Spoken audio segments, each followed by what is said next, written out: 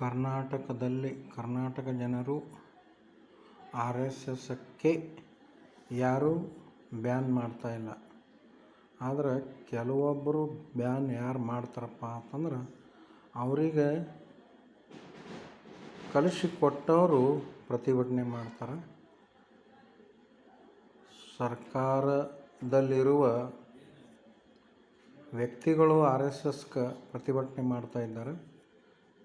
ಜನರು ಇಷ್ಟು ಶಾಂತ ಅದಾರ ಕರ್ನಾಟಕದ ಜನರು ಅಂದ್ರೆ ಅವ್ರಿಗೇನು ಸರ್ಕಾರದಾಗ ಏನು ಆಗ್ತದ ಏನು ಬಿಡ್ತದ ಅದ್ರ ಕಡೆ ಅವ್ರಿಗೆ ಲಕ್ಷ್ಯ ಇಲ್ಲ.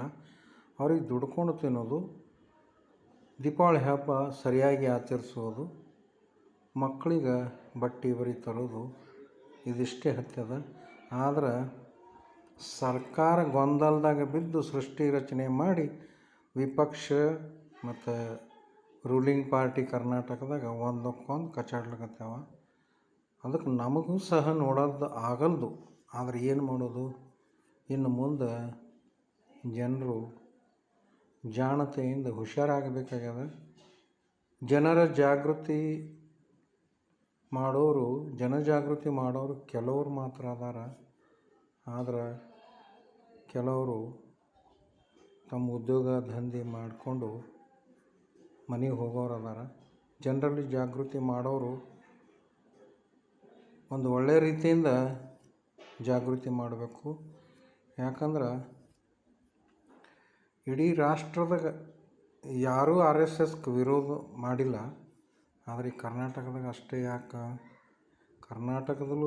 ಕರ್ನಾಟಕದಾಗ ಇದು ವಿರೋಧ ಮಾಡ್ಲಿಕ್ಕೆ ಬೆನ್ನ ಹಿಂದೆ ಏನು ಕಾರಣವ, ಅದಕ್ಕೆ ನಾವು ವಿಚಾರ ಮಾಡಬೇಕಾಗ್ಯದ. ಈ ವಿಚಾರ ಮಾಡಿ ಒಂದು ನಿರ್ಣಯಕ್ಕೆ ಬರಬೇಕಾಗ್ಯದ. ಯಾಕೆ ಹಿಂಗೆ ಆಗ್ಲಾಗತ್ತದ? ಏನು BJP ಸರ್ಕಾರ ಅದ ಕರ್ನಾಟಕದಾಗ? ಇಲ್ಲಿ ಕಾಂಗ್ರೆಸ್ ಅದ. ಮತ್ತು ಕಾಂಗ್ರೆಸ್ ಸರ್ಕಾರಕ್ಕೆ ಸಮಸ್ಯೆ ಏನದ?